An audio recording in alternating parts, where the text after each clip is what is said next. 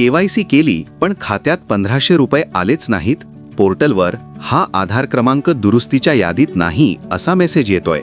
मग तुम्हाला पैसे मिळणार की नाही? काळजी करू नका, तुमच्या या सर्व प्रश्नांची उत्तरं आजच्या या व्हिडिओमध्ये आपल्याला मिळणार आहेत. गेल्या काही दिवसांपासून राज्यातील लाडक्या बहिणींमध्ये चिंतेचं वातावरण होतं. कुणाचे पैसे अडकले होते तर कुणाचं पोर्टलच चालत नव्हतं. काही जिल्ह्यांमध्ये तर महिलांनी थेट सरकारी कार्यालयावर मोर्चा सुद्धा नेला. तुमची हीच अडचण ओळखून राज्य सरकारने मुख्यमंत्री माझी लाडकी बहीण योजनेसाठी KYC पोर्टल पुन्हा एकदा सुरू केलं आहे. पण आता अडचण अशी येतेय की जेव्हा महिला KYC करायला जातात तेव्हा पोर्टलवर एक मेसेज दिसतोय, हा आधार क्रमांक KYC दुरुस्तीच्या यादीत नाही. हा मेसेज पाहून अनेक बहिणींना वाटतंय की आता आपल्याला 1500 रुपये मिळणार नाहीत का? पण थांबा, घाबरून जाण्याचं अजिबात कारण नाही. या मेसेजचा नेमका अर्थ काय तो नीट समजून घ्या.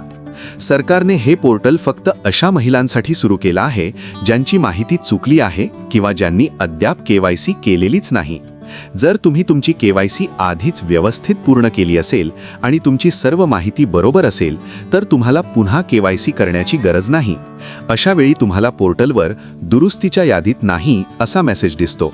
याचा साधा अर्थ असा की तुमचा फॉर्म एकदम ओके आहे आणि तुमची KYC पूर्ण झाली आहे. त्यामुळे बहिणींनो, असा मेसेज आला तर टेन्शन घेऊ नका. तुमची माहिती सुरक्षित आहे. फक्त ज्यांच्या माहितीत खरोखर चूक आहे त्यांनीच ही प्रक्रिया पुन्हा करायची आहे. माहिती आवडली असेल तर व्हिडिओला लाईक करा आणि आपल्या इतर बहिणींसोबत हा व्हिडिओ नक्की शेअर करा. अशाच अपडेट्ससाठी आपल्या चॅनलला सबस्क्राईब करायला विसरू नका. धन्यवाद.